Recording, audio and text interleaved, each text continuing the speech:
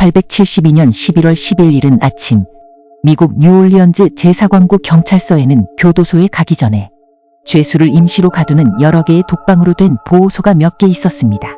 그런데 이중 7호 독방에서 감금돼 있던 여 죄수 메어리 테일러가 이마에 자상을 입은 채 옷을 찢어 묶어서 목을 매서 자살하려 하고 있는 것을 순찰을 돌고 있던 간수들이 발견했습니다.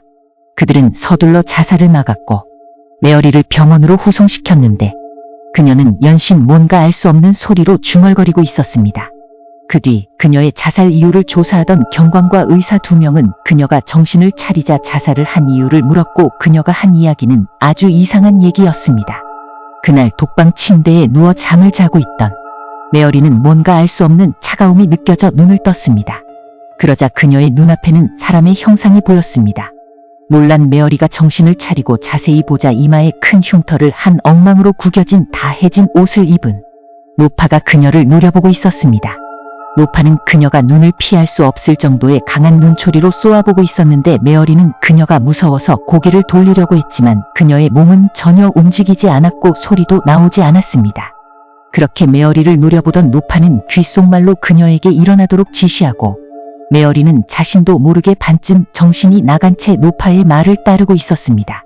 메어리는 노파에게 조종되어 지는 것 같이 자신의 이마에 흉터를 내고는 아무런 반항도 하지 못한 채 자신의 옷을 찢고 묶어서 밧줄처럼 만들었고 옷가지의 한쪽을 천정의 대들보에 묶고 의자를 밟고 올라가 다른 한쪽의 고리 부분을 자신의 목에 걸고 올라서고는 의자를 차버렸던 것이었습니다.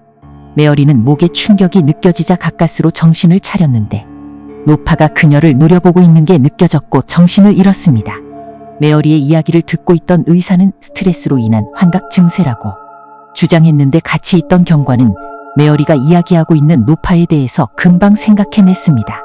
2년 전에 7호 독방 안에서 앤 머피라고 하는 주정뱅이 노파가 갇혀 있었는데 그녀는 불황자로 가족도 없이 떠돌며 살았고 인근의 동물들을 잡아 죽이면서 일종의 미신적 행위를 하거나 아이들의 이마에 자상을 입히는 일 때문에 고소를 당해 잡혀 있었습니다.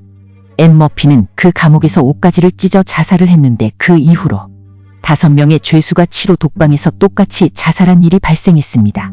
그리고 메어리는 6번째의 자살자가 될 뻔한 것이었죠. 이 정도면 단순한 우연이라고 보기에는 힘들다고 생각한 경찰 당국자들은 신중하게 벽에 벽돌을 두드려보고 들보나 쇠창살, 틈이 있는 곳들을 점검했지만 인간이 비집고 들어갈 수 있는 크기의 구멍은 발견되지 않았습니다. 그 후 몇 달간 7호 독방은 사용되지 않았습니다.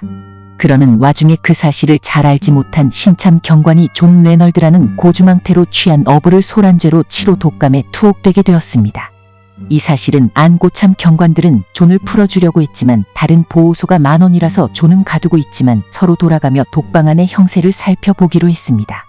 새벽 2시쯤이 되자 존은 침대에서 코를 골며 자고 있었고 경관들은 5분마다 감방문을 열고 그를 살펴보고 있었습니다. 새벽 4시까지는 별일이 없었고 경관들도 슬슬 지쳐갈 무렵 돌연 코고는 소리가 들리지 않았습니다.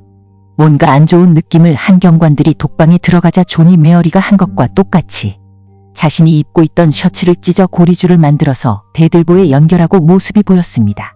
간수들에 의해 간발의 차이로 목숨을 부지하게 된 존 역시 이마에 자상이 나 있었고 조사경관에게 자신의 경험을 이야기하기 시작했는데 그가 한 진술 역시 메어리가 증언한 대로 무명옷을 입고 낡은 슬리퍼를 신은 이마에 흉터를 가진 노파를 보았고 그 노파가 시키는 대로 했다고 진술했습니다.